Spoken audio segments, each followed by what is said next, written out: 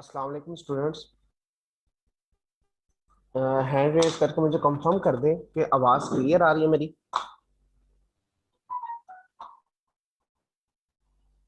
Okay. Any question from yesterday lectures?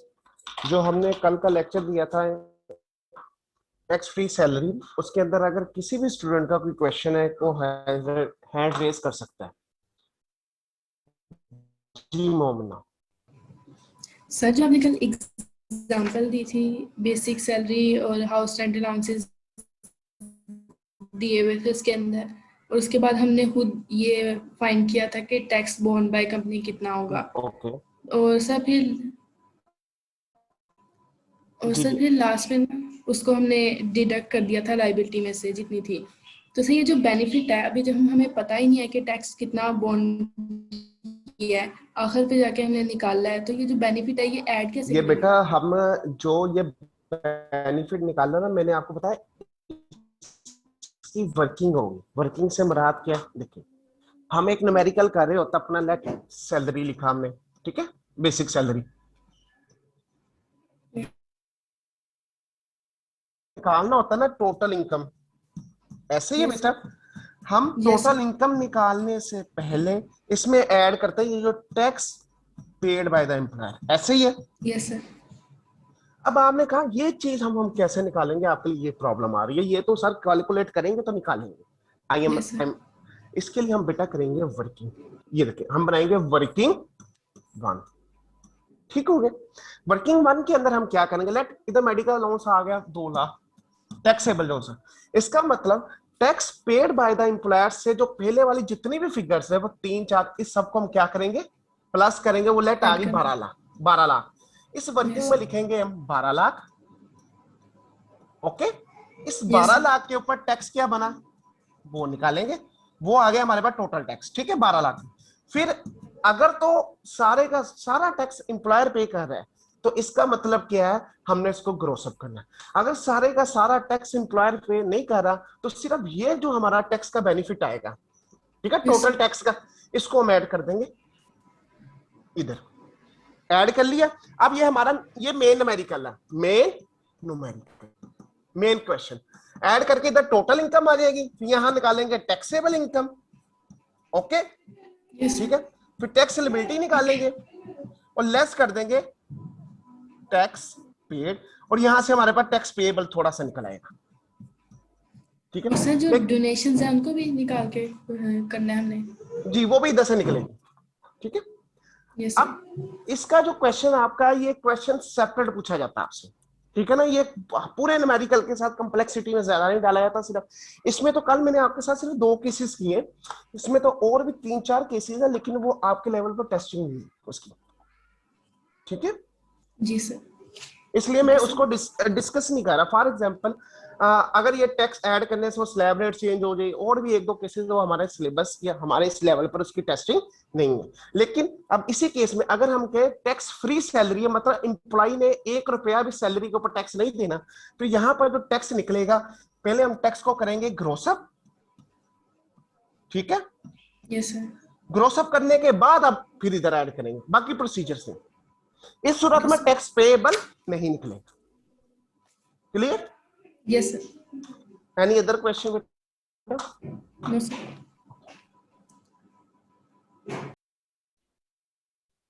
Ji Ryan.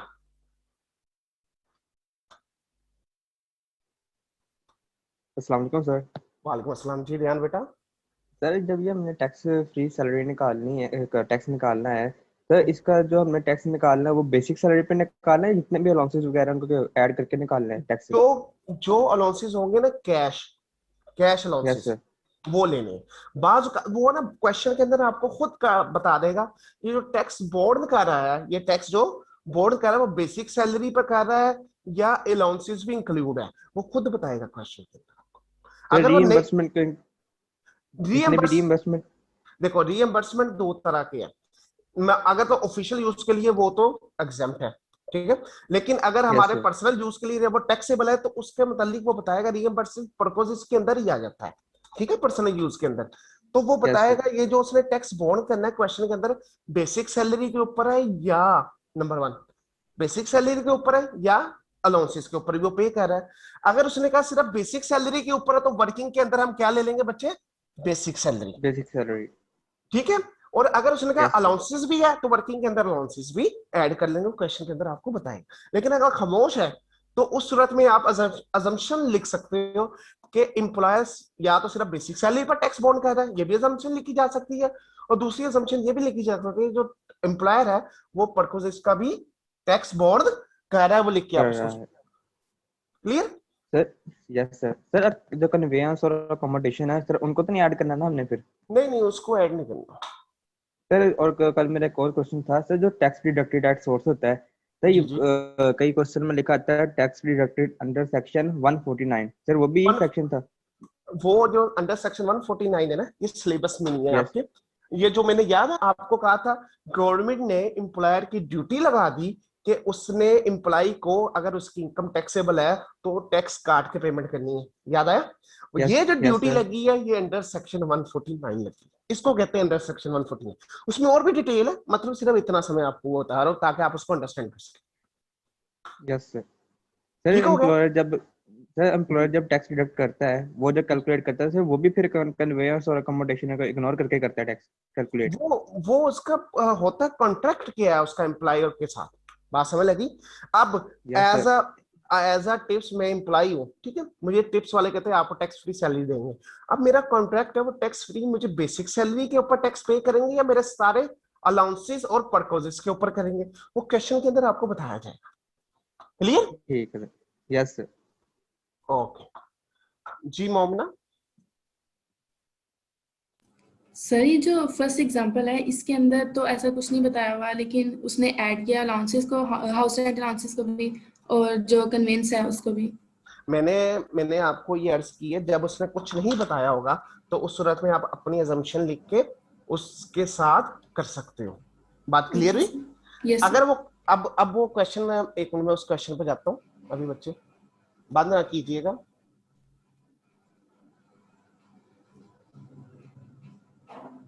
ये किसके बाद आ रही है केस हमारा, provident fund, not, benevolent fund, tax free other salary. Benefits. Yes sir. Yes.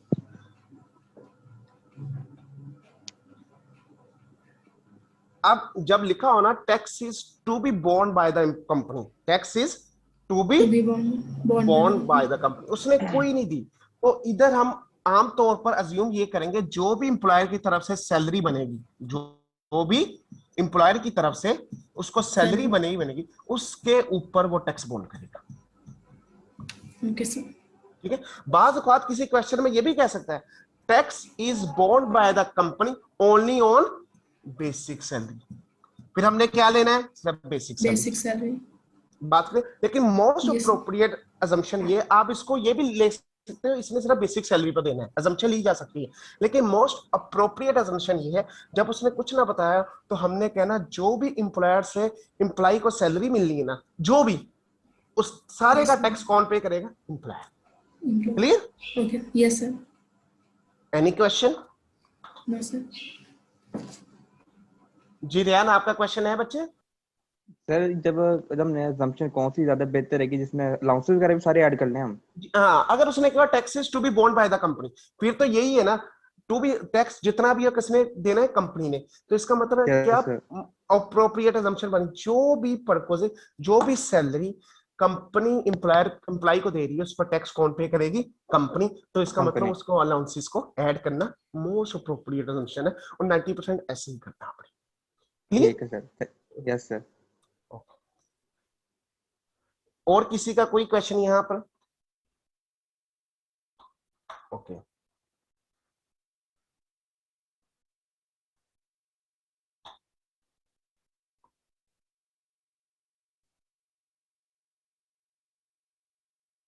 आज का जो हमारा टॉपिक है वो है एम्प्लॉय शेयर्स की, वेरी इंपॉर्टेंट टॉपिक। 90% जब भी सैलरी का न्यूमेरिकल बनता है उसमें इसकी एडजस्टमेंट दी ही जाती है, 90% एडजस्टमेंट होती है इसकी। और इसका सेपरेट भी 3-4 मार्क्स का क्वेश्चन पूछा जाता है। फर्स्ट ऑफ ऑल पहले हमने ये देखना है कि एम्प्लॉय शेयर स्कीम होता क्या है। एम्प्लॉय शेयर स्कीम होती क्या है, अगर हमें इस चीज का हो नो समझ लग गई तो इसकी टैक्स एलिजिबिलिटी या टैक्स ट्रीटमेंट हमारे लिए करना इंतहाई आसान हो जाएगा। एम्प्लॉय शेयर स्कीम होती क्या है? एम्प्लॉयज एम्प्लॉयर जोन सा है अपने एम्प्लॉयज को अपने कंपनीज के शेयर्स इशू करता है। एम्प्लॉयज को क्या इशू करता है? शेयर्स। अब क्वेश्चन अराइज हुआ, सर एम्प्लॉयर ने एम्प्लॉय को शेयर ऑफर करने की क्या जरूरत थी? अगर एम्प्लॉय को शेयर कंपनी के चाहिए ही थे, वो स्टॉक एक्सचेंज पर जाता और जाके कंपनी के शेयर खरीद लेता अपना, कोई मसला ही नहीं था। लेकिन यहाँ एम्प्लॉयर ने एम्प्लॉय को शेयर्स क्यों दे रहा है या क्यों ऑफर कर रहा है? क्या ऑफर मार्केट रेट पर कर रहा है? किस चीज की वजह से ऑफर कर रहा है? अब इसकी डिस्कशन हम करते हैं।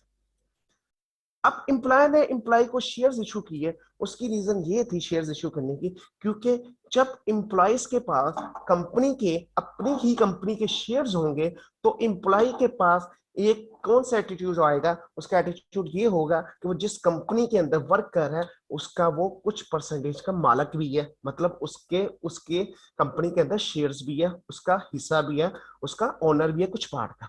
जब ये फीलिंग आएगी तो अपने वर्क को मोर इंटेग्रिटी के साथ वो परफॉर्म करेगा।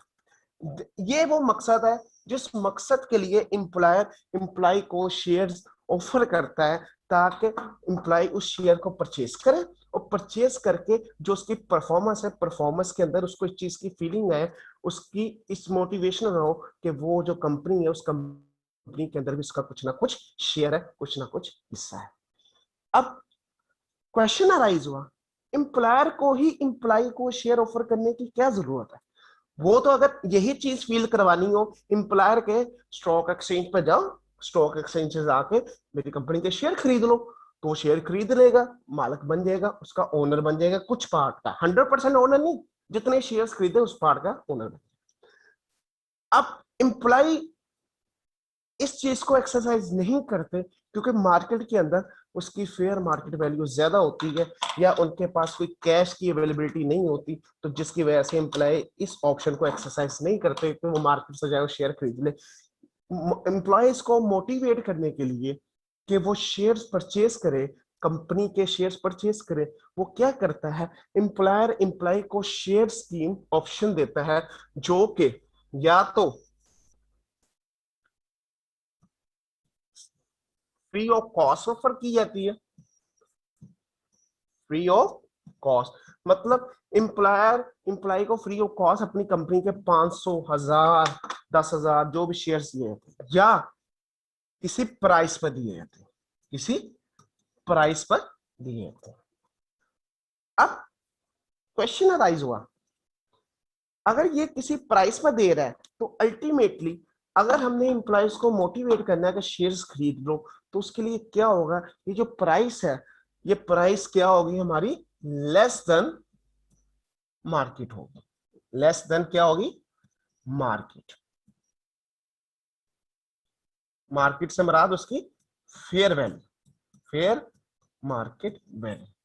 अगर हम एम्प्लॉयर एम्प्लॉय को शेयर फेयर मार्केट वैल्यू से लेस पर सेल करें तो फिर एम्प्लॉयज के लिए मोटिवेशन होगी कि वो शेयर्स को परचेज करें और उस शेयर्स को परचेज करके अपने पास रख लें, क्योंकि एम्प्लॉय को पता है अगर मैं आगे शेयर परचेज कर लेता हूँ, मैं भी 6 माह बाद 8 माह बाद मैं सेल भी करूंगा तो मार्केट में इसकी फेयर वैल्यू ज्यादा है, तो वो फेयर वैल्यू ज्यादा पर सेल हो जाएगा, मुझे प्रॉफिट आएगा। और एम्प्लॉयर का एम्प्लॉय को कम रेट या फ्री पर देने का सिर्फ मकसद ये है कि एम्प्लॉय के अंदर ओनरशिप वाली एक मोटिवेशन है, एक सेटिस्फेक्शन है। अब यहां तक किसी बच्चे को कोई क्वेश्चन है तो हैंड रेज करें, नहीं तो हम आगे चलते।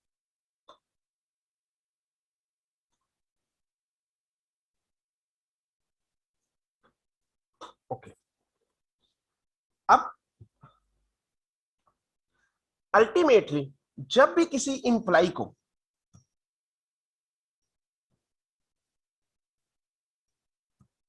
शेयर्स मिलेंगे, वो शेयर्स उसको मार्केट वैल्यू से कम पर मिलेंगे, मार्केट वैल्यू से लेस में मिलेंगे या हम ये कि उसको फ्री मिलेंगे, तो क्या इस ट्रांजैक्शन के अंदर एम्प्लॉय का बेनिफिट नहीं हुआ? एक वो चीज जो उस कंपनी के शेयर मार्केट में 100 रुपए के मिल रहे हैं या 50 रुपए के मिल रहे हैं, वो एम्प्लॉयर ने एम्प्लॉय को 20 या 30 रुपए में दे दिया, तो अल्टीमेटली जो फेयर मार्केट वैल्यू और जो वैल्यू पेड हुई है, इसका डिफरेंस एक किस्म का एम्प्लॉय का बेनिफिट नहीं बन गया? अगर ये अमाउंट जो लेस पे हुई है, ये लेस पेमेंट जो सी है, या नो पेमेंट, लेस पेमेंट मतलब जो कम पे की है, या जो पे ही नहीं की फ्री मिल गई, या फ्री वाली, ये दोनों क्या है? इंप्लॉय के बेनिफिट है और ये टैक्सेबल इनकम में ऐड होने चाहिए।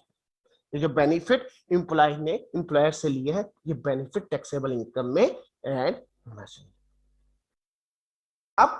अब इसकी टैक्स ट्रीटमेंट करने से पहले थोड़ा सा इसका सीक्वेंस समझते हैं कि शेयर्स कैसे ऑफर किए जाते हैं या क्या उसका सीक्वेंस होता है। लेट एबीसी एक कंपनी है,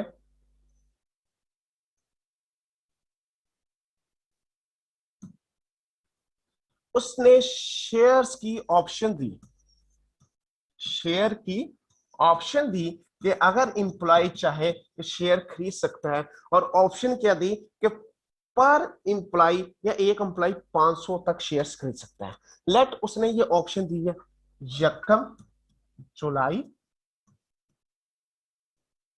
2020, और उसने कहा ये जो शेयर्स खरीद सकता है, ये ऑप्शन एक्सरसाइज होगी 1 जैन 2021।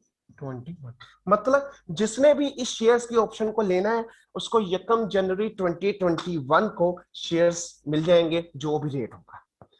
और कंपनी क्या कहती है, ये शेयर्स अगर आपने 1 जनवरी 2021 को लेने हैं, तो इसके लिए क्या करें? राइट परचेज कर ले। क्या कर ले? राइट परचेज कर ले। राइट क्या है? व्हाट इज, इसमें नई चीज है, व्हाट इज राइट? राइट से मुराद क्या है? राइट ये नहीं बहुत हैवी अमाउंट होते, लेट राइट 2 रुपए हो, राइट 1 रुपया पर शेयर हो, कि ये वो इंप्लॉय ने इंप्लॉयर को इस चीज की सेटिस्फेक्शन दे दी कि मैंने ये शेयर्स परचेज करने हैं, इसलिए मैं वो राइट परचेज कर रहा हूं। वो राइट फ्री भी हो सकता है, फ्री ऑफ कॉस्ट, मतलब उसके ऊपर कोई कॉस्ट ना, फ्री ऑफ कॉस्ट राइट ले ले। या number 2, free of cost right कैसे लिया जाएगा? वो कंपनी का कोई ना कोई फॉर्म सबमिशन करके अपनी एक वो जो उसकी एक्सेप्टेंस है उसको शो करेगा, या वो राइट के अगेंस्ट कोई ना कोई पेमेंट करेगा, अगेंस्ट पेमेंट। ये जो राइट के अगेंस्ट पेमेंट है ना, ये एक इस चीज की पेमेंट है कि मैं 1 जनवरी 2020 को जब शेयर्स इशू किए जाएंगे, तो मैं वो शेयर्स परचेज करूंगा। यहां तक कोई क्वेश्चन किसी भी बच्चे का? यहां तक मैं शेयर परचेज करूंगा। अब जब आई 1 जनवरी 2021, उस वक्त इंप्लॉय के बाद, क्योंकि इंप्लॉय ने राइट परचेज किया हुआ है, तो क्या होगा? इंप्लॉय को कहा जाएगा कि शेयर परचेज करो। लेट एक इंप्लॉय ए है, ये इंप्लॉय बी है, दोनों ने ऑप्शन परचेज किया। इंप्लॉय बी के पास पैसे थे और इंप्लॉय बी ने ये शेयर परचेज कर लिए, शेयर परचेज कर लिए। किस रेट पर? जो भी एम्प्लॉयर ने इसको ऑफर किया था और वो रेट मार्केट से कम था, उस रेट के ऊपर एम्प्लॉय ने ये शेयर परचेज कर लिया। जो एम्प्लॉयर ए था, उसके पास आ गई कैश डिफिकल्टीज। लेट उसके पास क्या आ गई? Cash difficulties. जब कैश डिफिकल्टी आई, तो क्या हुआ? वो शेयर परचेज करने के लिए अवेलेबल नहीं था कैश। उसने क्या किया? एक एम्प्लॉय था मिस्टर सी, उसने कहा यार मैं तो शेयर्स नहीं खरीद सकता, मैं शेयर्स नहीं खरीद सकता, तुम शेयर खरीद लो। ये जो राइट है शेयर का, ये शेयर का राइट तुम ले लो और तुम उस राइट के बेस पर शेयर खरीदो। मतलब एक ऑप्शन क्या, वो शेयर परचेज कर देते हैं, दूसरा ऑप्शन क्या है? वो share purchase do not purchase share क्यों नहीं परचेज करता? क्योंकि उसके पास मे भी कोई अदर रीजन या कैश डिफिकल्टी थी और उसने ये परचेज नहीं किए, और ये जो राइट था उसने राइट किसी थर्ड पर्सन को सेल कर दिया जो कि इंप्लॉय था।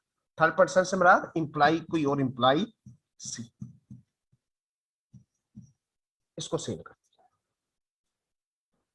अब क्वेश्चन अराइज हुआ, अब देखिए A option B option, right लिया, राइट एक्सरसाइज करके शेयर परचेज कर लिया, तो क्या हुआ यहां पर भी, क्योंकि ये प्राइस क्या है मार्केट से कम, यहां पर भी उसको क्या हुआ, बेनिफिट हुआ। बेनिफिट क्या हुआ एम्प्लॉय को, उसने कम रेट के ऊपर शेयर्स परचेज कर लिए। और जहां पर उसने शेयर तो परचेज नहीं किए, लेकिन वो राइट जो उसने लिया था वो बेच दिया। अगर तो वो राइट उसने सेम प्राइस पर बेचा, मतलब जिस पर खरीदा था उसी पर बेचा, तो फिर तो नो प्रॉफिट नो गेन। लेकिन अगर उसने राइट कम लेके ज्यादा पर सेल कर दिया, तो यहां पर भी क्या आ गया, बेनिफिट आ गया। यहां पर भी क्या आ गया, बेनिफिट। और ये भी बेनिफिट दोनों क्या है, इंप्लाई क्या है, ये दोनों के दोनों बेनिफिट क्या हो गए, टैक्सेबल बेनिफिट। अब क्वेश्चन क्या राइज हुआ, जो इंप्लॉय शेयर स्कीम है, ये वो स्कीम है जिसके तहत इंप्लॉयर इंप्लॉय को शेयर्स देता है एट लोअर रेट, और उस लोअर रेट की वजह से, lower rate as compare to what, lower rate as sorry बेटा, lower rate as compare to market fair market value of the share. तो जो वो बेनिफिट उससे अर्न करेगा, वो बेनिफिट टैक्सेबल इनकम में ऐड किया जाएगा। नंबर वन, इसका मतलब बेनिफिट कहां से एक होगा, शेयर परचेज करने से। शेयर परचेज करने से बेनिफिट होगा, नंबर वन। नंबर टू, कहां से बेनिफिट होगा, अगर उसके पास कोई राइट था और उस राइट को उसने सेल कर दिया, मतलब राइट के बेस पर शेयर परचेज नहीं की है, उसने उसको सेल कर दी। अगर राइट के बेस पर वो शेयर परचेज करता, तो भी शेयर परचेज का बेनिफिट बन जाता। ये दो ऑप्शन था। अब एक छोटा सा न्यूमेरिकल हम करते हैं।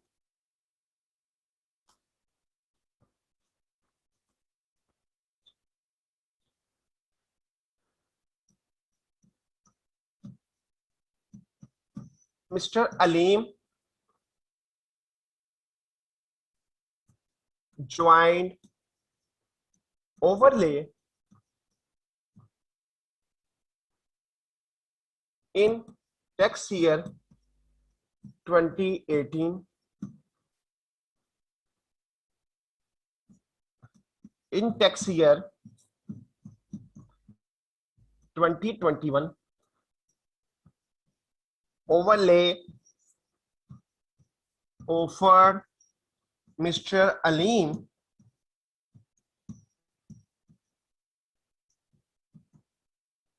to purchase share of the company at a rate of 20 per share. At that time, here market value of the share is rupees 35 per share. Total number of share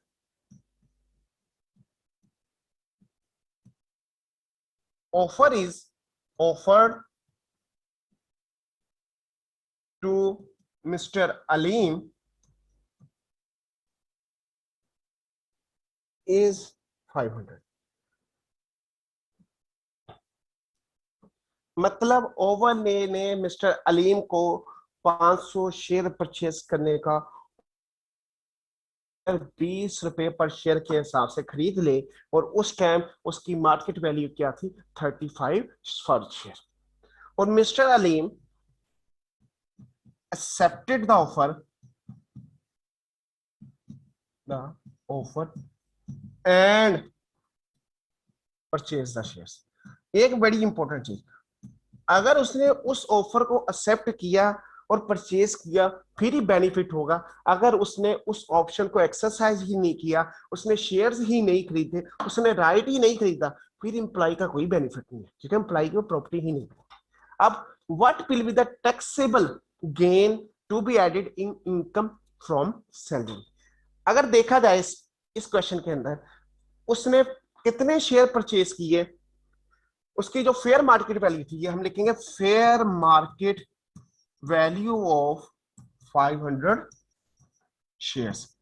अब ये फेयर मार्केट वैल्यू किस date की लेनी है? जिस date को हमारे पास shares मिले, जिस डेट को शेयर मिले, date on which shares are transfer. Let एक इससे पहले जो मैं एग्जांपल कर रहा था, इससे ऊपर वाली, जिसके अंदर मैंने कहा था यकम जुलाई को राइट का ऑप्शन मिला और शेयर मिले थे यकम जनवरी को। मतलब उस क्वेश्चन के अंदर हमारे पास दो डेट थी, यकम जुलाई और एक यकम जनवरी। शेयर्स एक्चुअली हमें मिले यकम जनवरी को। तो ये जो फेयर मार्केट वैल्यू है 500 से, ये किस दिन की लेनी है? उस दिन की लेनी है जिस दिन शेयर्स हमें मिले। इसका मतलब क्वेश्चन के अंदर फेयर मार्केट वैल्यू 3-4 डेट की डिफरेंट दी जा सकती है। टैक्स ईयर 2019 की, जिस दिन उन्होंने ऑफर की उस दिन की, ईयर एंड की, लेकिन हमने फेयर मार्केट वैल्यू किस डेट की लेनी है? जिस डेट वो शेयर ट्रांसफर हुए, जो कि इस केस में अज्यूम करते हैं एट द रेट ऑफ 35 तक। इसका मतलब fair market value 500 shares multiply 35, वो कितना है? 17,500 less amount paid, less amount paid by the employ. वो क्या आया? 500 multiply by 20, that is 10,000 rupees. तो हमारा जो बेनिफिट क्या हुआ वो हुआ 7,500 का। ये वो बेनिफिट है जो हम टैक्सेबल इनकम में ऐड करेंगे। Any question up to here? जी शमस।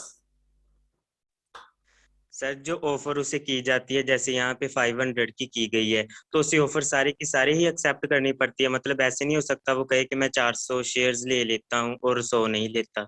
ऐसा भी हो सकता है वो 100 शेयर्स की ऑफर जो से किसी और को एक्सरसाइज करने की इजाजत देते। बात क्लियर? यस। वो यहां तक बात क्लियर है आपकी? Any question up to here? अब थोड़ा सा इसी न्यूमेरिकल को सेम रखते हुए हमें इसमें एक एडिशनल चीज और करते हैं। मिस्टर न्यूमेरिकल सारा डाटा सेम है, अब इसमें mister Aleem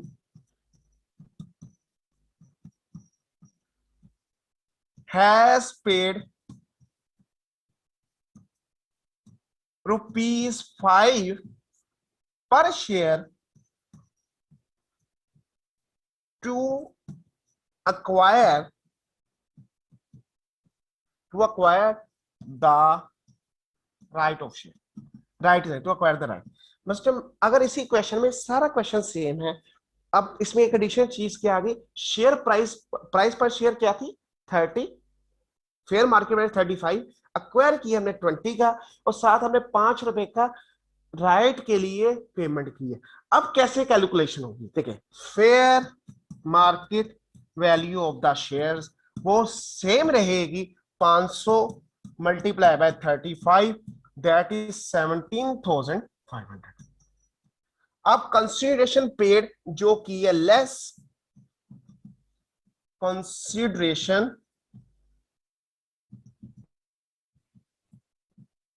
paid by mister Aleem to acquire the shares, वो क्या आएगा? 500 multiply by 20 is equal to 10,000।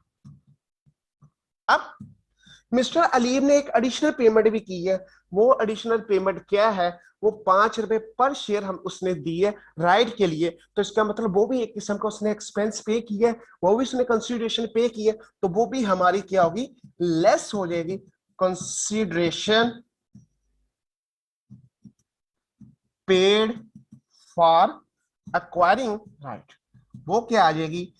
500 multiply by 5 is equal 2500। उसने ये भी पे किया। अब जो हमारे पास टैक्सेबल इनकम में बेनिफिट आएगा दैट इज 5,000 रुपीज। ये अमाउंट वो अमाउंट है जो टैक्सेबल इनकम में इंक्लूड की जाएगी।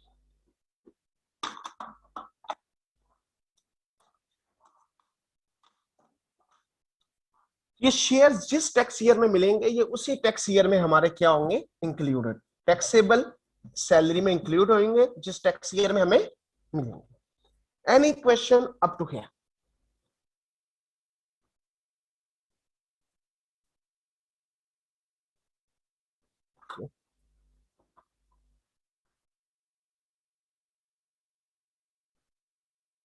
Same numerical with an other assumption।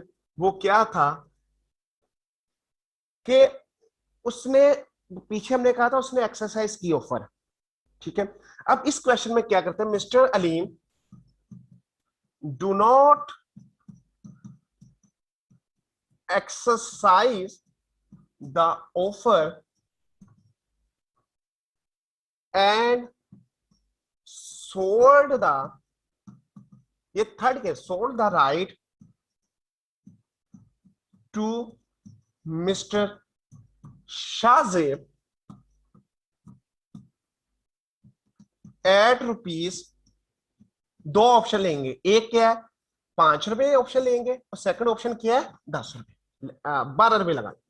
मतलब मिस्टर अलीम ने इस ऑप्शन को एक्सरसाइज नहीं किया, उसने शेयर्स नहीं परचेज की। हाँ, उसको जो राइट मिला था जिसके अगेंस्ट उसने 5 रुपए दिए थे, उसने वो राइट मिस्टर शाहजेब को बेच दिया कि वो मिस्टर शाहजेब उसके अगेंस्ट शेयर खरीद ले। वो राइट कितने में बेचा? ऑप्शन 1 किया 5 रुपए में, ऑप्शन 2 क्या है 12 रुपए। जब उसने शेयर्स लिए ही नहीं तो शेयर्स की फेयर मार्केट वैल्यू नहीं आएगी। यहां पर क्या आएगा, हम कहेंगे राइट सोल्ड। कंसीडरेशन रिसीव क्या है, राइट जो सोल्ड किया मिस्टर किसको, शाहजेब को। ऑप्शन 1 क्या है 5 रुपए, इसका मतलब 500 मल्टीप्लाई बाय 5, वो कितना आ गया 2500, less amount paid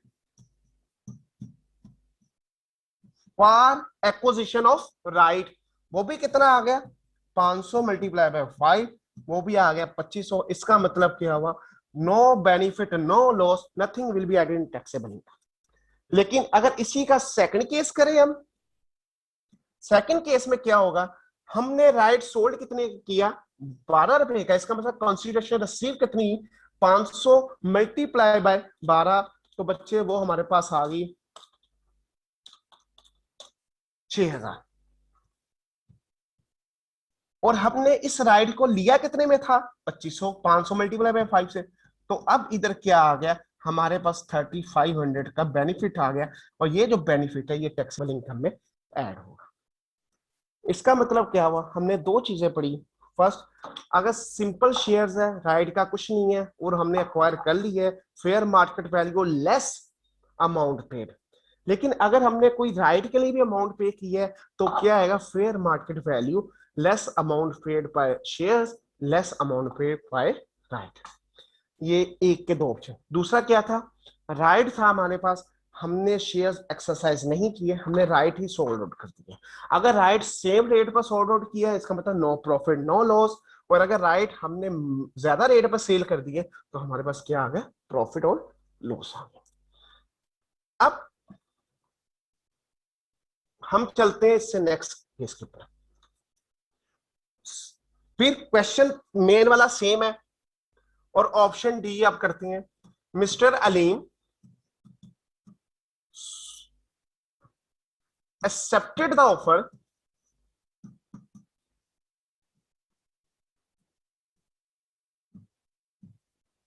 for 300 shares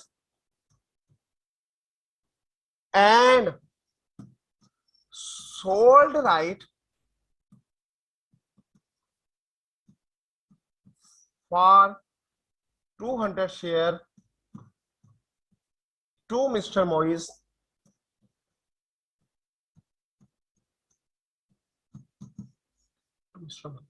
at a rate of 8 per share। अब ये आ गया कंबो। कंबो के अंदर क्या क्या, उसने कुछ शेयर परचेज कर लिए और कुछ शेयर परचेज नहीं किया, उसका राइट सोल्ड कर दिया। अब इसमें दो दफा बेनिफिट निकले, एक बेनिफिट शेयर परचेज के ऊपर और एक बेनिफिट राइट के ऊपर। शेयर जितने परचेज किए बेनिफिट उतने का लेना है, टोटल का नहीं लिखना। अगर उसने 300 शेयर लिए, इसका मतलब fair market value of 300 shares क्या है हमारे लिए, 300 multiply by 35, that is equal to 10,500 less consideration paid, जो उसने एम्प्लॉय ने पे की है, कंसिडरेशन पेड वो क्या आ गया 300, सॉरी 20 मल्टीप्लाई बाय 300, वो हमारे पास आ गया 6,000 लेस ये जो 300 शेयर्स के अगेंस्ट हमने राइट इशू पे किया, वो राइट भी आएगा, वो राइट फॉर 300 शेयर्स। ये 500 शेयर्स का नहीं आना, क्योंकि 300 परचेस किया तो राइट 300 का इधर चलेगा, 200 का सेपरेट हो जाएगा। राइट फॉर 300 शेयर्स वो क्या बन जाएगा 300 मल्टीप्लाई बाय 5, ये आ गया हमारे पास 1500। तो बेटा ये बन गई हमारे पास 10,500 माइनस 7,500, तो ये बन गया 3,000 इनकम फ्रॉम सैलरी बेनिफिट आ गया हमारे पास। और ये तो आ गया जो शेयर्स एक्वायर किए हैं, और मतलब ये दो हिस्सों में था, एक शेयर्स एक्वायर कर लिए, एक राइट सेल किए। ये आ गया शेयर्स एक्वायर से प्रॉफिट। जो राइट सेल किया मिस्टर शाहजेब को 8 रुपए का, हम लिखे right consideration receive for right sold 200 multiply by 8 is equal to 1600 less consideration paid by employ,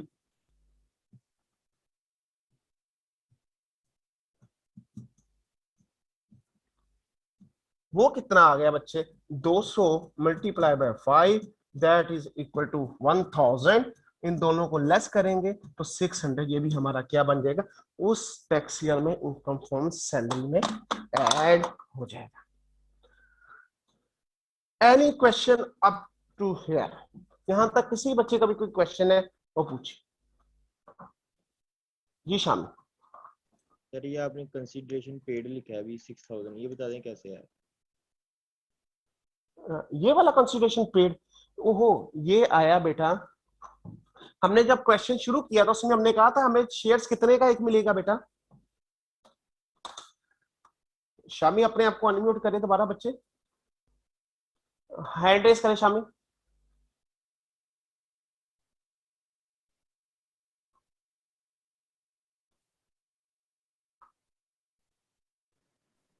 जी शामी, हमने जब क्वेश्चन शुरू किया था हमने ये शेयर्स कितने की परचेज ऑप्शन थी हमें? सर 35 पर शेयर। 35 की तो उसकी फेयर मार्केट वैल्यू थी। हमें एम्प्लॉय ने कितने में बेचने की ऑफर दी थी? एम्प्लॉयर ने जी सर 8 रुपए। आपने क्वेश्चन लेट ज्वाइन किया? No sir. सबसे पहले केस पे चलते हैं। ये याद आया, ये केस सबसे पहला जिसमें फेयर मार्क 500 रुपए 20 किया था, ये वो क्वेश्चन जिस क्वेश्चन के अंदर उसने कहा 20 रुपए में मुझसे शेयर ले लो। ठीक है ठीक। ये वो अमाउंट है जो कंसिडरेशन पे कर रहा है कौन? एम्प्लॉयर को। हम बात करें इसका मतलब 300 शेयर थे, 300 मल्टीप्लाई बाय 20 का मेक मिला, वो आ गया 6,000। ठीक हो गया। ये वो है जो हमने पे किया एम्प्लॉयर को शेयर्स लेने के लिए, ये भी पे किया है एम्प्लॉयर को, लेकिन इसकी फेयर मार्केट वैल्यू कितनी थी 10,500, तो रिमेनिंग 3,000 हमारा बेनिफिट हो गया। क्लियर?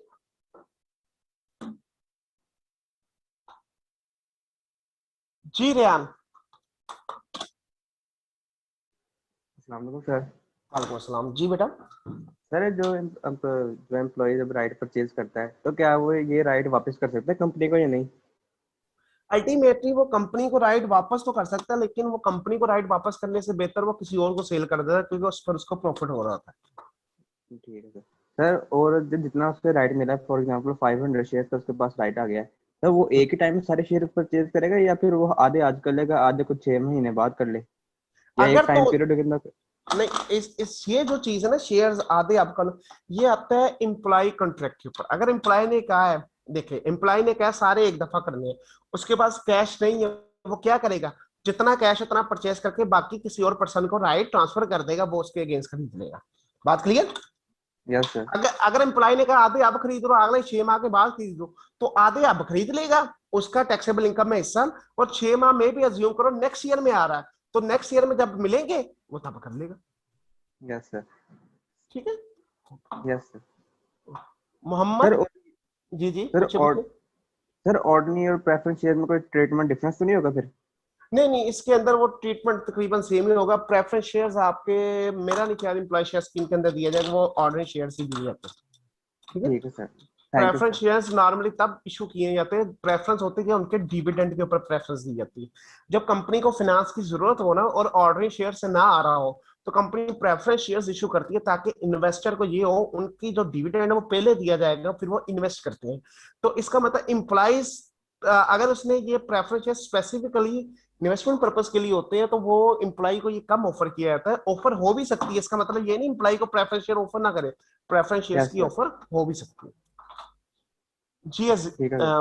मोहम्मद एजाज। जी सर, अस्सलाम वालेकुम। सर वालेकुम सर एक बात पूछनी सर, राइट शेयर सर दोबारा सर राइट शेयर की प्राइस को देनी पड़ती है? हम शेयर खरीद रहे हैं, इसने B question number B part में किया था सर, हमने शेयर खरीद लिए, तो राइट शेयर क्या है मतलब? तो राइट शेयर्स पता क्या होता है, मैंने कहा राइट होता है वो शेयर्स खरीदने का राइट, शेयर्स खरीदने का राइट मुझे परचेज करना पड़ता है।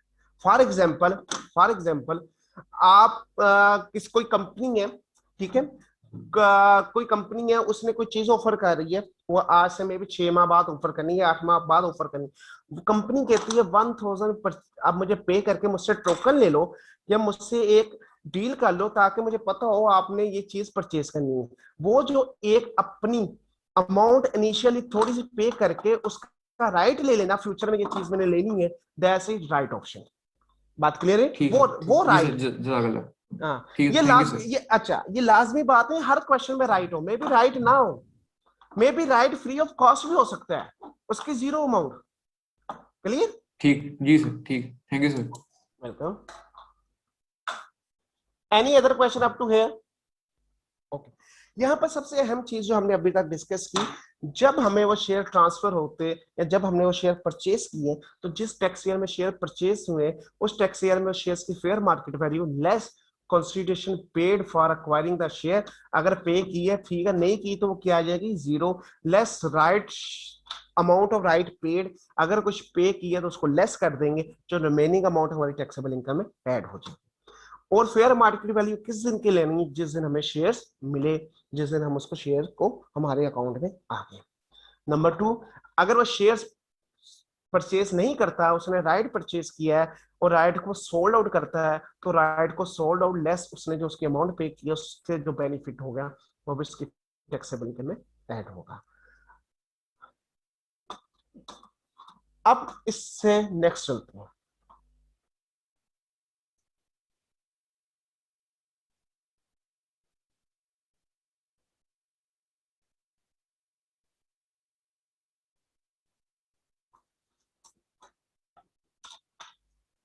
ये हम बेनिफिट क्यों ऐड करते हैं, क्योंकि वो उसको मार्केट रेट से कम रेट पर मिलता है। अब एक वेरी इंपॉर्टेंट चीज, एम्प्लॉयर ने देखा मैंने नहीं शेयर्स ऑप्शन दी, मार्केट में रेट था 40 रुपए स्टॉक एक्सचेंज में, मैंने अपने इंप्लॉइज को 25 रुपए में दिया। क्या हुआ, एम्प्लॉयर ने देखा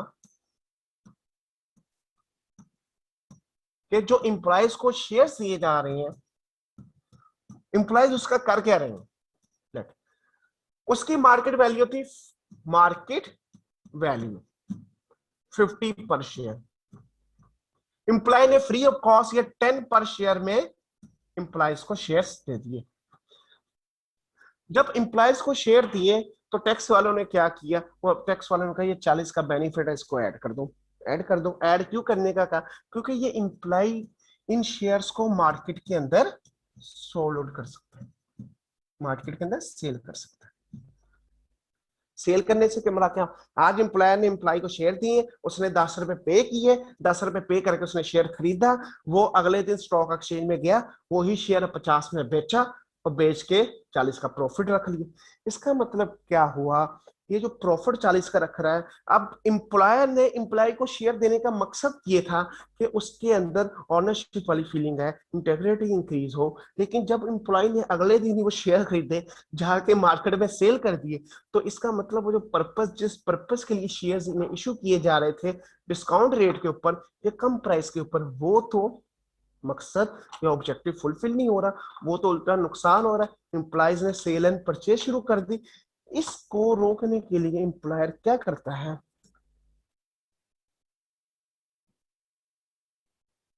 एम्प्लॉयर रिस्ट्रिक्शन लगा देता है। क्या लगा देता है, रेस्ट्रिक्शन। रिस्ट्रिक्शन लगा देता है कि 2 इयर्स तक आप ये शेयर सेल आउट नहीं कर सकते। 2 इयर्स तक आप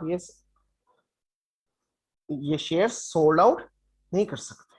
अब जब रिस्ट्रिक्शन लगी तो एक किस्म का वो एम्प्लॉय 2 साल के लिए उसके ऊपर क्या हो गया, वो इन शेयर्स को बेच मार्केट में नहीं सकता। तो टैक्स वालों ने कहा बेशक, अब इस यहां पर एक वेरी इंपॉर्टेंट थिंग जरा ध्यान से सुनिएगा। अब एम्प्लॉय ने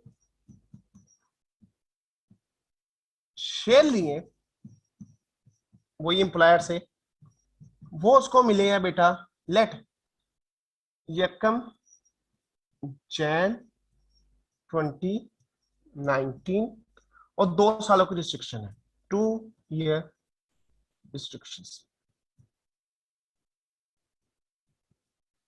इसका मतलब क्या हुआ, ये जो यकम जुलाई 2019 को उसको शेयर मिले हैं, ये शेयर टैक्स वाले क्या कहते हैं, टैक्स वाले कहते हैं वो इन शेयर को ओपन मार्केट में सेल नहीं कर सकता।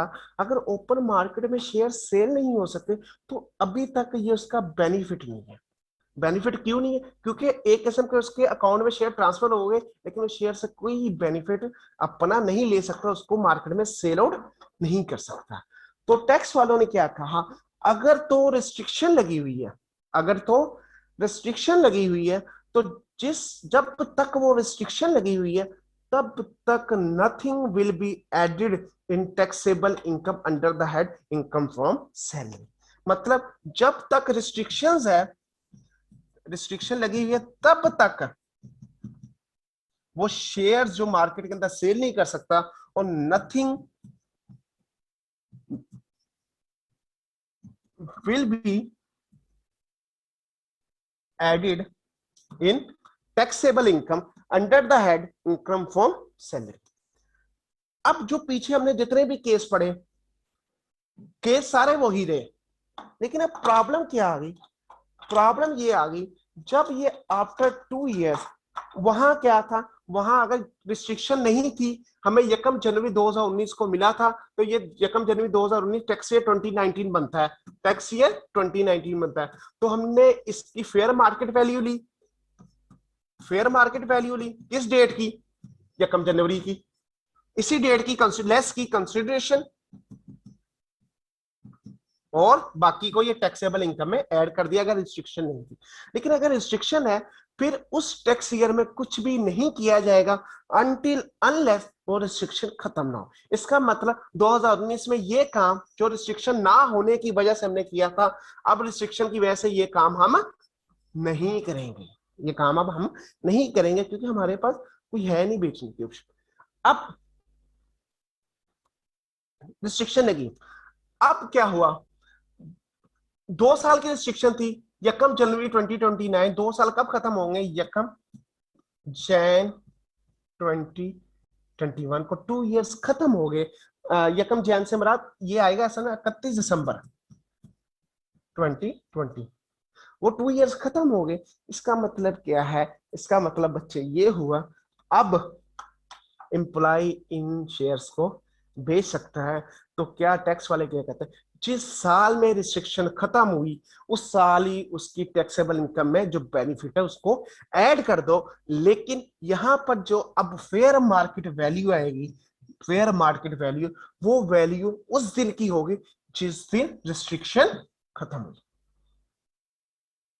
जिस केस में रिस्ट्रिक्शन नहीं थी उस केस में फेयर मार्केट वैल्यू उस डेट की थी जिस डेट को शेयर्स मिले, जिस डेट में रिस्ट्रिक्शन थी जब वो डेट आएगी उस टैक्स ईयर में हमने इनकम फ्रॉम सैलरी में ऐड करना है बेनिफिट, और हमने फेयर मार्केट वैल्यू उस डेट की लेनी है जिस डेट रिस्ट्रिक्शन खत्म हुई, और लेस करेंगे हम फिर कंसीडरेशन पेड, और जो बेनिफिट आएगा वो टैक्सेबल इनकम में ऐड हो जाएगा। इसका मतलब रिस्ट्रिक्शन जब होगी तो जिस ईयर में मिलेंगे हमें उस ईयर में हमने कुछ भी नहीं लेना, जिस ईयर में रिस्ट्रिक्शन खत्म हुई, जिस डेट को खत्म हुआ उस डेट की fair market value less consideration जो पे की फॉर एक्वायरिंग द शेयर या राइट, वो लेस करके जो बेनिफिट मिलेगा वो बेनिफिट हम यूज अपने टैक्सेबल इनकम, मतलब रिस्ट्रिक्शन अपलिफ्ट, अपलिफ्ट का मतलब है रिस्ट्रिक्शन का खत्म हो जाना, उस डेट फेयर मार्केट वैल्यू आ जाएगी डेट ऑफ अपलिफ्ट की, मतलब जिस दिन वो हमारे शेयर्स फ्री होंगे, लेस कंसीडरेशन पेड और रिमेनिंग अमाउंट टैक्सेबल इनकम में ऐड। अब ये तो था रिस्ट्रिक्शन के ऊपर नॉर्मल, लेकिन अभी तक देखे हमने जितने भी शेयर्स की टैक्सेबल इनकम में ऐड किए वो शेयर्स मिलने पर किए, वो शेयर्स हमें मिले, कंपनी कम रेट पर मिले, हमने टैक्सेबल इनकम में ऐड कर दिया।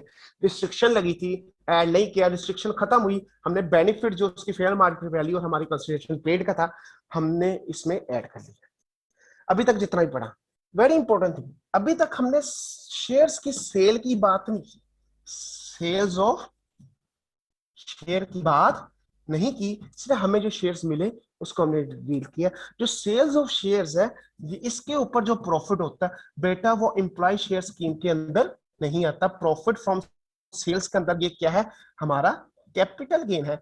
जब हम कैपिटल गेन के अंदर जाएंगे तब हम पढ़ेंगे इन शेयर्स के ऊपर जो प्रॉफिट हो रहा है या इन शेयर्स के ऊपर जो लॉस हो रहा है, हम उधर जाके पढ़ेंगे। यहाँ हमें सिर्फ हमने जो अब तक डिस्कस किया वो ये किया जो फेयर मार्केट वैल्यू और जिस रेट पर हमने चीज परचेज की उनका डिफरेंस हमारा बेनिफिट है जो इनकम फ्रॉम सैलरी में ऐड होना चाहिए। अगर शेयर सेल होते हैं तो सेल और परचेज जो कंसीडरेशन उसका जो फर्क है वो प्रॉफिट जो है कैपिटल गेन के अंदर आएगा।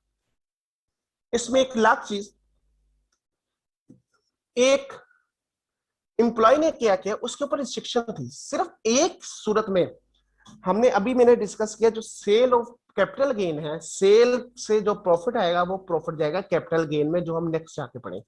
सिर्फ एक सेल ऐसी है जिसमें से जो प्रॉफिट आता है वो प्रॉफिट एम्प्लॉय शेयर स्कीम का प्रॉफिट समझा जाता है और उसको इनकम फ्रॉम सैलरी में ऐड किया जाता है। वो कौन सा प्रॉफिट है? अगर रिस्ट्रिक्शन के ऊपर एम्प्लॉय ने जबरदस्ती किसी तरीके से शेयर को सोल्ड आउट कर दिया तो उस सूरत में जो शेयर प्राइस कंसीडरेशन रिसीव्ड आएगी, कंसीडरेशन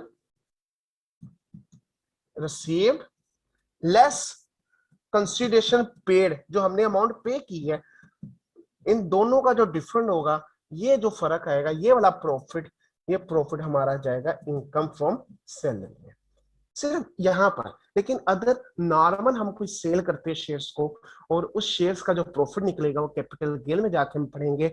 इस केस से पहले हमने जितना भी पढ़ा बेटा वो सारा वही पढ़ा जिसमें शेयर्स हमें मिले, हमने अपना बेनिफिट ऐड किया। रिस्ट्रिक्शन लगी थी, रिस्ट्रिक्शन खत्म हुई, हमने अपना बेनिफिट ऐड कर दिया। राइट सेल किया, राइट्स के ऊपर जो बेनिफिट था उसको ऐड कर लिया। शेयर्स और सिर्फ शेयर्स एक सूरत जब रिस्ट्रिक्शन लगी हो और शेयर सोल्ड आउट हो जाए तो हम उस सूरत में अपनी बेनिफिट में ऐड कर लेते हैं। Any question up to here?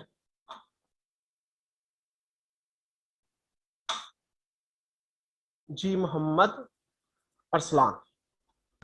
अस्सलाम वालेकुम सर। वालेकुम अस्सलाम। सर ये लास्ट हमने कहा है कि रिस्ट्रिक्शन में भी हम सेल कर रहे हैं, किसी तरीके से सेल कर दिया। अब आपका क्वेश्चन सर रिस्ट्रिक्शन लगी तो सेल कैसे कर दिया? ऐसे ही है जी सर। तो वो फिर पिछले जो हमने जो रिस्ट्रिक्शन की बेस पे उन्होंने वो रूल्स बनाए हैं तो फिर वो भी अप्लाई नहीं होने चाहिए? नहीं, मैं आपको बताता, जो रिस्ट्रिक्शंस थी उसने लेकिन किसी भी तरीके से उस शेयर्स को सोल्ड आउट कर दिया ना, अगर सोल्ड आउट कर दिया।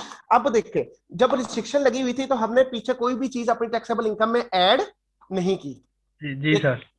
एक मिनट बेटा, सिर्फ एक मिनट।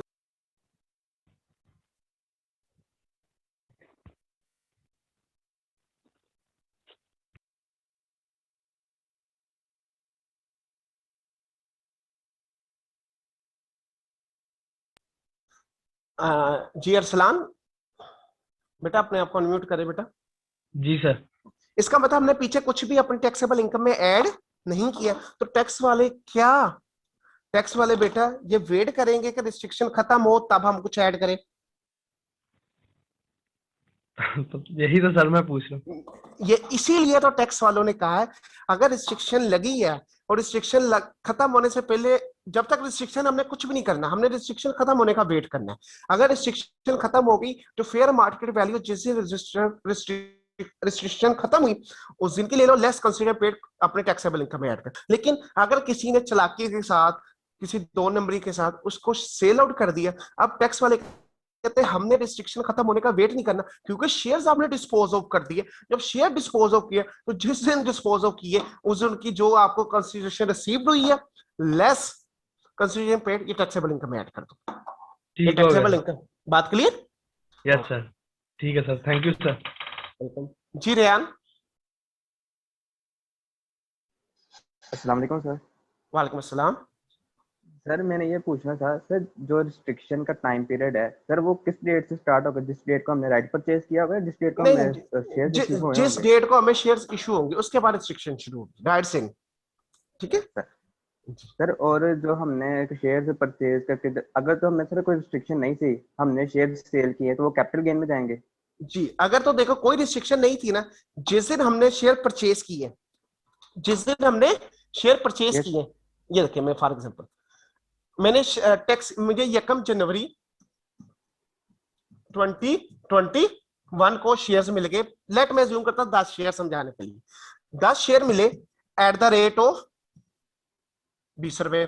उसकी फेयर मार्केट वैल्यू थी इस डेट के ऊपर 50 रुपए एट पर शेयर। ठीक है, मैं क्या करूंगा, 1 जनवरी को शेयर्स मिले, मैं कहूंगा 10 मल्टीप्लाई बाय 50, ये फेयर मार्केट वैल्यू आ गई मेरे पास। फेयर मार्केट वैल्यू वो क्या आई 500 और लेस कंसिडरेशन पेड वो आ गई 10 मल्टीप्लाई बाय 20, वो आ गई बेटा 200। ये अमाउंट मेरे पास होगी टैक्सेबल इनकम में ऐड। ठीक है, लेट अभी ईयर एंड खत्म नहीं हुआ, ईयर एंड खत्म नहीं हुआ क्योंकि रिस्ट्रिक्शन नहीं थी। उसने 1 जून 2021 को शेयर सेल कर दिया। पर शेयर कितने का सेल किया? लेट 60 रुपीज का। इसका मतलब क्या है? कंसिडरेशन रिसीव्ड कितने की आ गई? 60 मल्टीप्लाई बाय 10, 600 की। और कंसिडरेशन पेड आएगी। अब यहां पर अभी मैं डिस्कस नहीं कर रहा कि कंसिडरेशन पेड हमने क्या लेनी है, कंसिडरेशन पेड क्या लेनी है, मैं इसको भी डिस्कस करता हूं। तो यहां से जो प्रॉफिट आएगा, ये वाला profit, that profit is capital. ये क्या है? कैपिटल। बात क्लियर होगी? Yes sir. अभी मैं ये नहीं ले रहा इधर कंसिडरेशन पे, जब सेल के ऊपर क्या लेंगे ये हम इसको डिस्कस करते हैं। ठीक है? Yes sir. सर और जिस डेट को उसने, अगर रिस्ट्रिक्शन के दौरान उसने शेयर सेल कर दिए हैं, तो जिस डेट को सेल किया हमने उस डेट की फेयर मार्केट वैल्यू लेनी है? फेयर मार्केट वैल्यू और कंसिडरेशन रिसीव्ड, और consideration received whichever is higher. ठीक है? Yes sir. ओके, अब हम इधर से बेटा क्लास भी हमारी कुछ लेट स्टार्ट हुई थी, तो सिर्फ 2-3 न्यूमेरिकल इधर हम डिस्कस कर ले ताकि आपका ये कॉन्सेप्ट क्लियर हो जाए और हम इसको क्लोज अप कर सके। किसी बच्चे को कोई प्रॉब्लम तो नहीं? हम वही टॉपिक लेके चल रहे हैं, सिर्फ क्लास 10 मिनट लेट होगी, ज्यादा होगी, ताकि हम इस पूरे टॉपिक को क्लोज कर सके। कोई प्रॉब्लम नहीं किसी को? थैंक यू बेटा।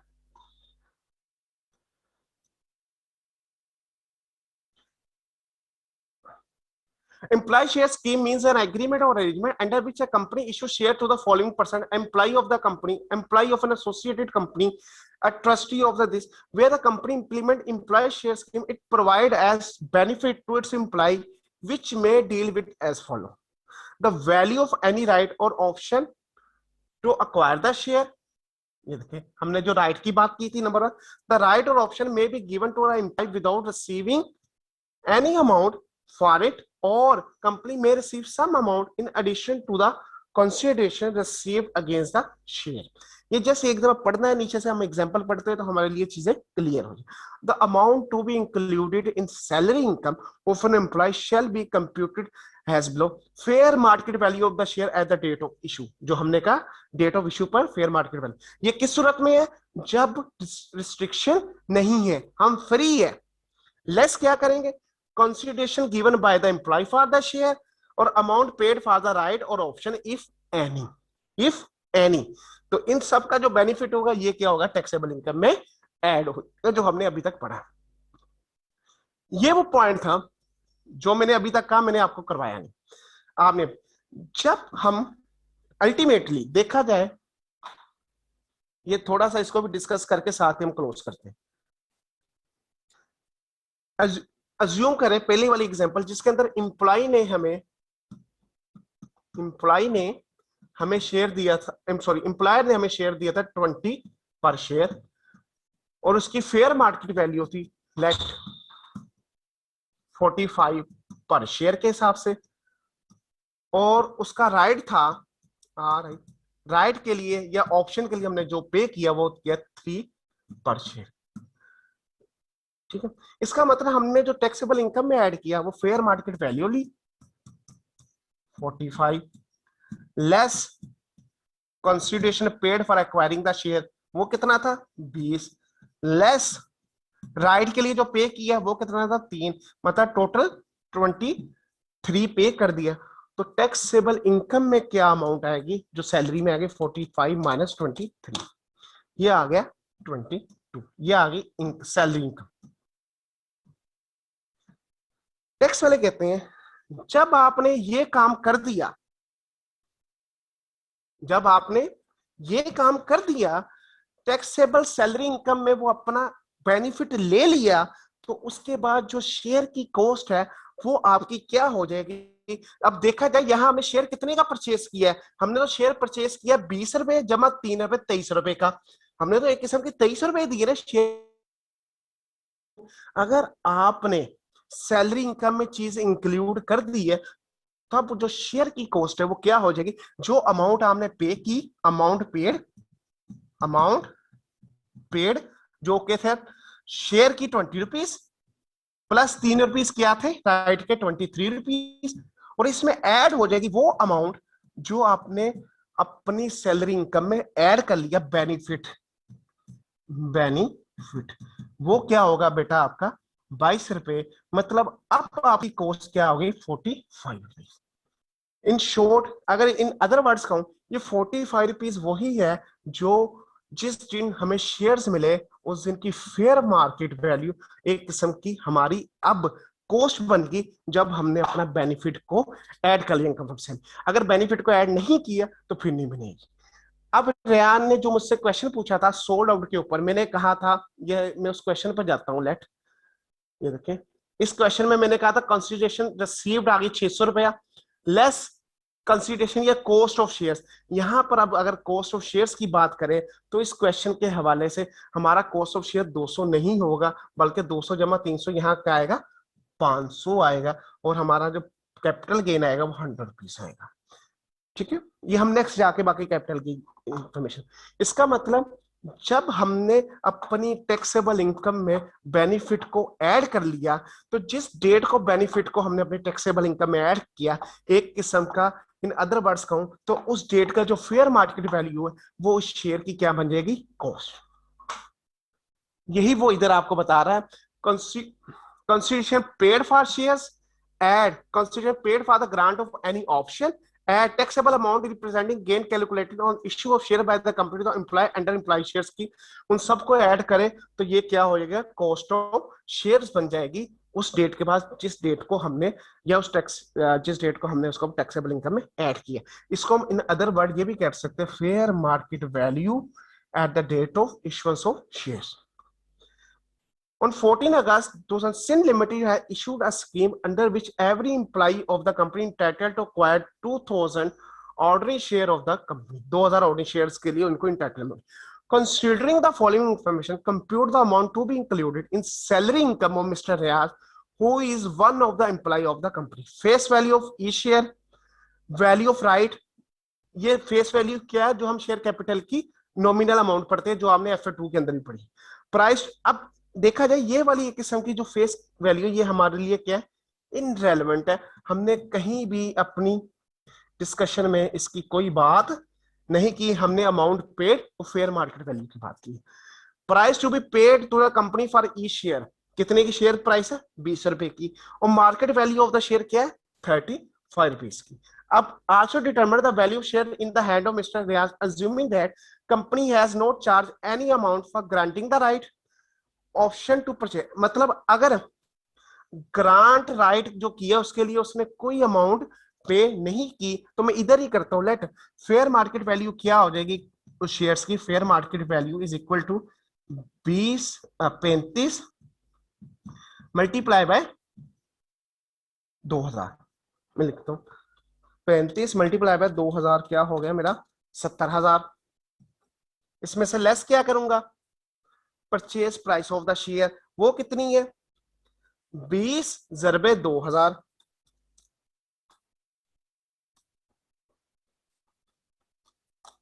40,000 आ गए। तो इसका मतलब जो मेरा बेनिफिट ऐड होगा वो कितना होगा, 30,000 का। 30,000 का बेनिफिट में टैक्सेबल इनकम में ऐड होगा। ये ऑप्शन ए है। ऑप्शन ए के अंदर वो क्या कह रहा है कि उसने राइट के कोई पैसे नहीं दिए, तो इसका मतलब राइट की कोई अमाउंट नहीं आएगी, ऑप्शन ए। अब 70,000 में से 40,000 30,000 टैक्सेबल इनकम, लेकिन अगर मैं इसका कहूं, इसकी मुझे बताओ अब इस ट्रांसफर के बाद उसकी कॉस्ट क्या हो जाएगी, तो कॉस्ट वो 70,000 कंसिडरेशन पेड प्लस 30,000 ये मतलब सॉरी 40,000 कंसिडरेशन पेड प्लस 30,000 उसकी अमाउंट जो टैक्सेबल सैलरी में ऐड कर दी है, उन दोनों को प्लस करेंगे 70,000 बन जाएगी, और 70,000 ही उस दिन की उसकी फेयर वैल्यू है, मतलब वही सेम अमाउंट उसकी आ जाएगी, कॉस्ट ऑफ शेयर्स वही बन जाएगी। और सेकंड केस में क्या है, N employ has to pay ₹2 पर share as a price of obtaining the right to purchase a share. एक मिनट बेटा,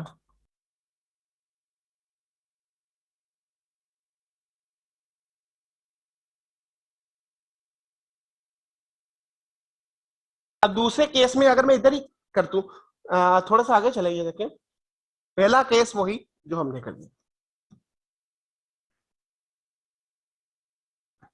दूसरे केस में क्या था, उसने राइट के लिए ₹2 पे की। अब देखें fair market value of the share 70,000 same है, कंसिडरेशन पेड वो भी 40,000 सेम है, और एक्वायरिंग द राइट के 4,000, टोटल 44,000, और इधर कितनी हमारी टैक्सेबल इनकम में जाएगी 26,000। अगर हम इधर भी शेयर्स की प्राइस निकाल ले, 44 जमा 26 कितने होते हैं, 70,000, और उधर भी शेयर की अब cost after including in taxable income वो भी कितनी है, 70,000। मतलब शेयर राइट शेयर पैसों का पे करे या राइट शेयर पैसों का पे ना करे, दोनों सूरतों के अंदर उस दिन की जो उसकी कॉस्ट बन जाएगी वो क्या बन जाएगी, सेम बन जाएगी after adding in income from salary benefit. मतलब बेनिफिट को इनकम फ्रॉम सैलरी में ऐड करने के बाद दोनों की कॉस्ट और राइट फ्री मिले या राइट परचेज करें, दोनों सूरतों में सेम हो जाएगा। यहां तक किसी बच्चे का क्वेश्चन है तो हैंड रेज करें।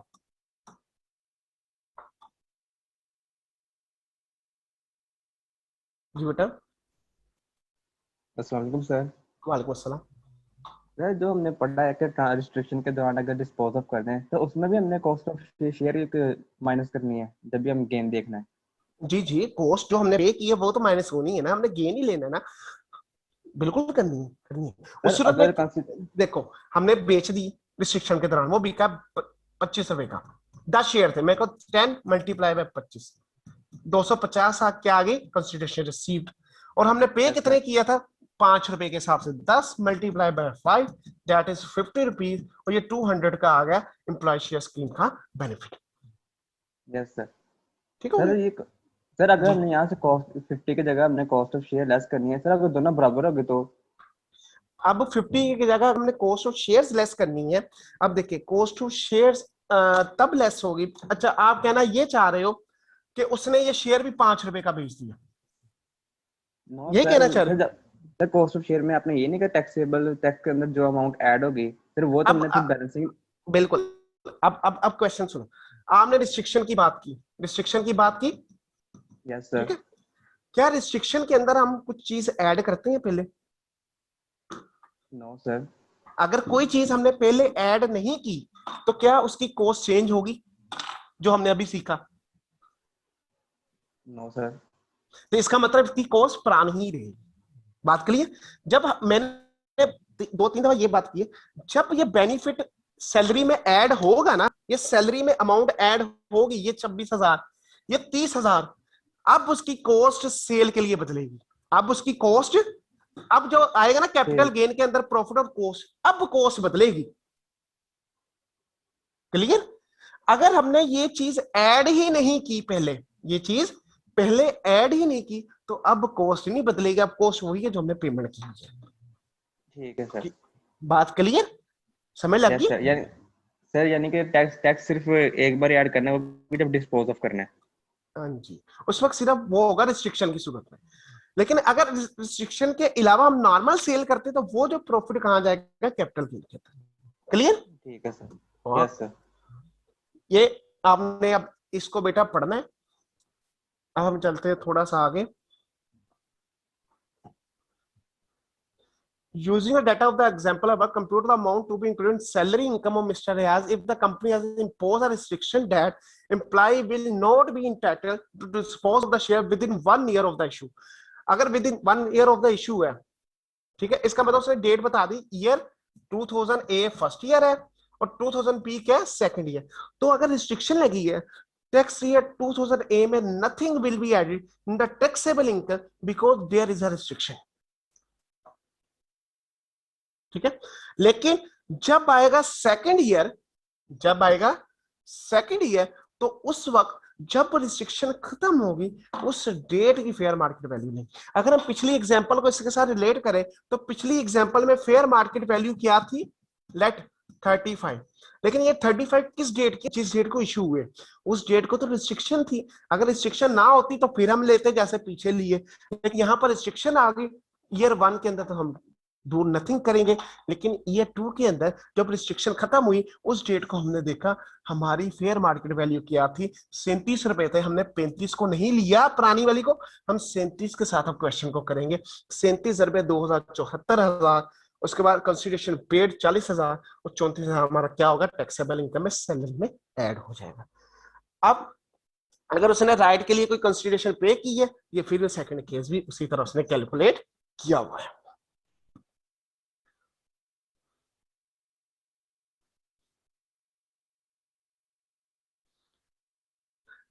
ये उसने बताया where employ instead of training the share against right और option dispose of the right, then वही हमने जो डिस्कस किया था, अगर उसने राइट को डिस्पोज ऑफ कर दिया तो consideration receive less any amount income to acquire the right, इन दोनों का फर्क क्या हो जाएगा? हमारा टैक्सेबल इनकम में ऐड हो जाएगा। नेक्स्ट एक राइट वाला भी क्वेश्चन है।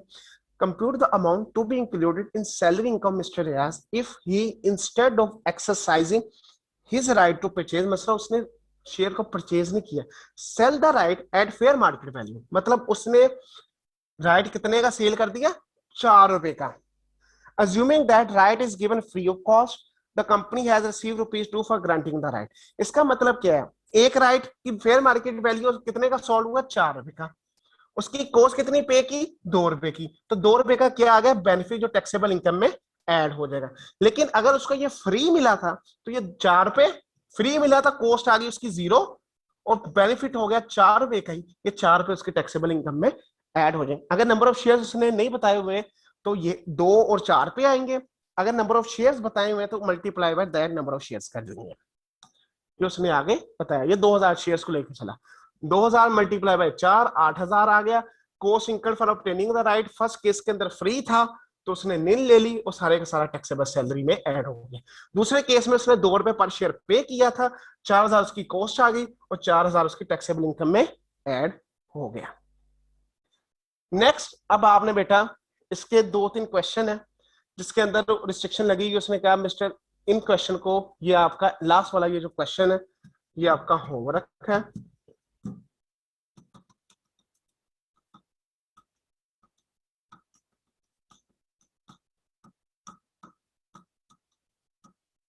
पास पेपर के अंदर एक क्वेश्चन नंबर 2 है, ये बेटा आपका होमवर्क है।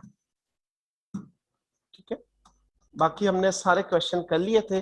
अब इसके जो क्वेश्चन बैंक के क्वेश्चंस ये पड़े हुए हैं बेटा, क्वेश्चन नंबर 1 2 3 4, इन क्वेश्चंस को आपने परफॉर्म करने की कोशिश करनी है। और अगर किसी क्वेश्चन के अंदर आपका प्रॉब्लम आएगा, क्योंकि मैंने आपको जो प्रैक्टिस के लिए क्वेश्चन दिए थे होमवर्क के तौर पर, जो हमने इधर डिस्कस किए थे, उनसे काफी डिफिकल्ट थे।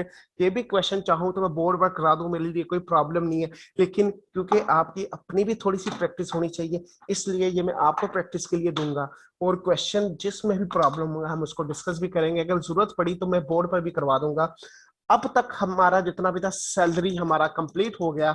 मंडे से हम शुरू करेंगे अपना बच्चे टैक्स क्रेडिट। पहले इस सैलरी के रेलेवेंट क्वेश्चन लूंगा, फिर हम टैक्स क्रेडिट वाला चैप्टर शुरू करेंगे। उसके जो आपको नोट्स है, वो स्लाइड्स है, वो आपके ग्रुप में आज शेयर हो जाएगी। हम मंडे से इंशाल्लाह टैक्स क्रेडिट को शुरू करेंगे और पहले सैलरी का कोई क्वेश्चन लेंगे। अब मुझे पता है सैलरी में कहीं पर किसी को कोई प्रॉब्लम, कोई क्वेश्चन है तो हैंड रेस कर ले, नहीं तो हम अपनी क्लास को कंक्लूड करते हैं।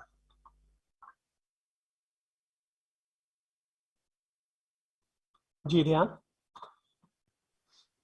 सर सैलरी को डेफिनेशन का टेस्ट होना है सर, फिर ये कब होगा? अब चैप्टर कंप्लीट हो गया ये?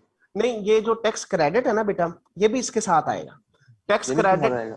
हाँ जी, वो टैक्स क्रेडिट का एक चैप्टर है। हमने अभी तक जो इन शॉर्ट ये पढ़ा है ना, ये देखें, हमने जो डिस्कशन चीजें की हैं, हमने सैलरी के हवाले से क्या किया हुआ है, बेसिक सैलरी की टैक्सेबल सैलरी निकाली हमने, ठीक है।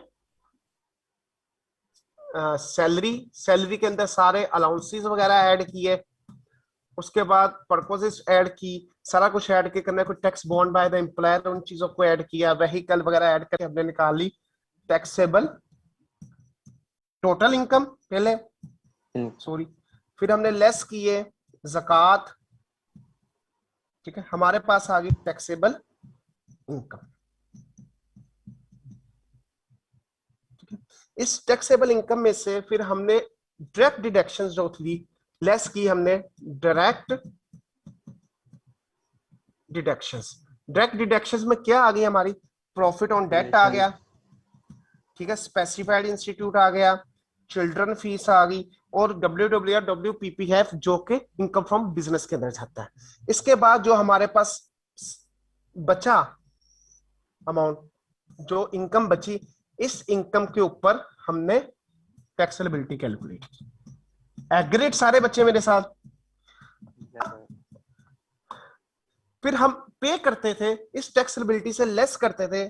जिन्होंने हैंड रेज किया, मैं अभी क्वेश्चन लेता हूं, टैक्स ऑलरेडी पेड, वो लेस करके रिमेनिंग पेबल निकालते थे, ठीक है। अब जो टैक्स क्रेडिट का चैप्टर्स है, एक तो थी डायरेक्ट डिडक्शंस जो हमने इधर पढ़ी थी, ये डायरेक्ट डिडक्शंस सारी इधर पढ़ी थी। उसके बाद टैक्स लिबिलिटी निकाल ली। जो टैक्स लिबिलिटी निकालने के बाद डिडक्शंस या हमें कोई कंसेशंस मिलते हैं टैक्स लिबिलिटी कैलकुलेट करने के बाद, वो क्या है, टैक्स क्रेडिट। इसका चैप्टर हमने पढ़ना है। पहले थे डायरेक्ट डिडक्शन जो होते थे टैक्सेबल इनकम से लेस होते थे। अब टैक्स क्रेडिट्स है, जो टैक्स लिबिलिटी कैलकुलेट हो जाती है, जो टैक्स पे निकालना होता है, उससे पहले जो हमें कंसेशंस या क्रेडिट्स मिलते हैं, दैट इज टैक्स क्रेडिट। इसका चैप्टर इंशाल्लाह हम मंडे से पढ़ेंगे। जब हम ये भी एरिया पूरा कर लेंगे, फिर टैक्स पेएबल तक हमारा न्यूमेरिकल एक सीधा हो जाएगा। Yes sir. ठीक है, ओके। मोहम्मद अरसलान सईद। अस्सलाम वालेकुम सर। वालेकुम सलाम। सर ये जो हमने अभी कॉस्ट ऑफ शेयर सर निकाली है सर, इसका क्या, किस ट्रीटमेंट की वजह से सर हमने ये चीज निकाली है? हाँ, ये अच्छा, ये मैं बताता हूँ। ये किसी, जब हमने लेट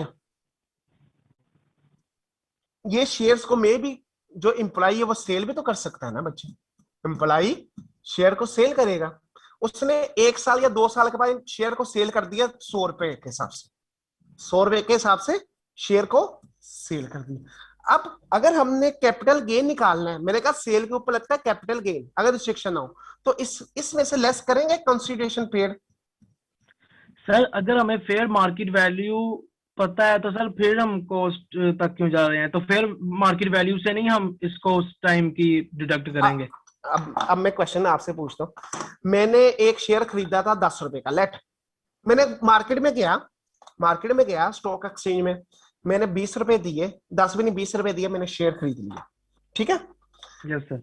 5 साल बाद मैंने वो शेयर 100 रुपए का बेचा, क्या 100 का 100 रुपया मेरा टैक्सेबल इनकम में आना चाहिए? नहीं, मैं जो उसके ऊपर कंसिडरेशन पे की है वो लेस होगी, जो नेट गेन है वही मेरा प्रॉफिट में ऐड होना चाहिए ना। एग्रीड? ठीक है सर। यस ठीक सर। है। इसका मतलब मैं इसमें से उस वक्त 20 लेस करता और 80 रुपए को अपना टैक्सेबल इनकम में ऐड करता अगर मैं मार्केट में जाता। लेकिन जी सर। जब इंप्लॉय शेयर स्कीम के तहत मुझे मिले, आज मैंने बेचा 100 का ही है, लेकिन उसमें से कंसिडरेशन पेड मैंने क्या करनी है, लेस करनी है। अगर मैं मुझे वो इंप्लॉय ने दिया था 10 रुपए का, 10 रुपए ही लेस कर दूं, इसका मतलब 90 का मेरा आ गया प्रॉफिट। तो क्या ये गलत नहीं हो जाएगा कि यस सर। 90 का प्रॉफिट इधर ले लिया और जब मुझे शेयर्स मिले हुए तब भी मैंने उसका कुछ प्रॉफिट ऐड किया, मैंने डबल टैक्सेशन नहीं कर दी। बिल्कुल सर। इसलिए इसलिए उसकी कॉस्ट निकाली हमने, हमने कहा हमने अपनी टैक्सेबल सैलरी इनकम में ऐड कर दी, अब उसकी कॉस्ट 10 से नहीं 20 होगी। 20 क्यों होगी? ताकि डबल टैक्सेशन ना हो, ठीक है। मतलब कि सर हमने जब भी शेयर सेल करना है मार्केट में, जो भी वैल्यू हो, हमने जो टैक्सेबल में लेके जानी है, वो जो हमने कॉस्ट बनाई होगी उसमें से कंसिडरेशन माइनस करके तो वो लेकर जाना। अगर इम्प्लॉय शेयर स्कीम के जी तहत मिली है, जी अगर सर। इम्प्लॉय इसको अगर वैसे लिए हैं फिर नहीं ये काम करना, ठीक है। अगर बिल्कुल सर। इम्प्लॉय शेयर स्कीम के मुताबिक मिले हैं और उसके अगेंस्ट हमने कोई टैक्सेबल इनकम में ऐड की ये चीज, फिर जी सर। ठीक है। ठीक है sir. Okay. Yes sir. Thank you लेकिन सर। ये जो प्रॉफिट है, ये प्रॉफिट हम डील करेंगे कैपिटल गेन में जाके। अभी सिर्फ इसकी हल्की सी डिस्कशन की है, ये नेक्स्ट चैप्टर में हम पढ़ेंगे बड़ी डिटेल के साथ। ठीक है सर। Thank you sir. Any other person? Okay, आज के लिए इतना ही। इंशाल्लाह मंडे से हम टेक्स्ट क्रेडिट का नया चैप्टर शुरू करेंगे। आपके जो प्रैक्टिस क्वेश्चंस दिएंगे उसको आप कल की छुट्टी है कोशिश करें उसको परफॉर्म करें। मंडे को इंशाल्लाह हमारी क्लास होगी, इस चीज को ज़हन में। मंडे में वैसे स्केड्यूल में क्लास नहीं है, लेकिन मंडे को हम अपनी क्लास करेंगे, जो के बेटा होगी हमारी क्लास। टाइम में देख लूं,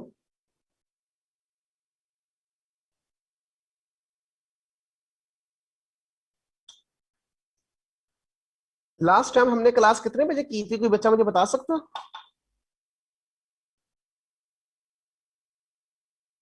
9 से 10 क्लास होगी बेटा। मंडे को हमारी क्लास 9 से 10 बजे होगी, स्केड्यूल में नहीं है लेकिन हमने करनी है टेक्स्ट क्रेडिट का चैप्टर शुरू। कोशिश कीजिएगा इसके जो न्यूमेरिकल है, जो क्वेश्चन रह गए हैं, इस चैप्टर को रिव्यू करें, कंप्लीट करें, अच्छी तरह रिवाइज करें।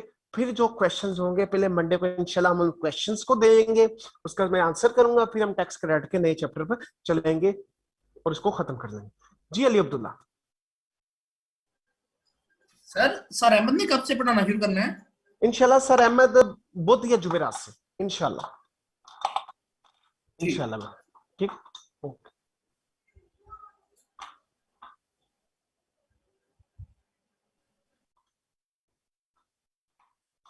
ओके, अल्लाह हाफिज बेटा।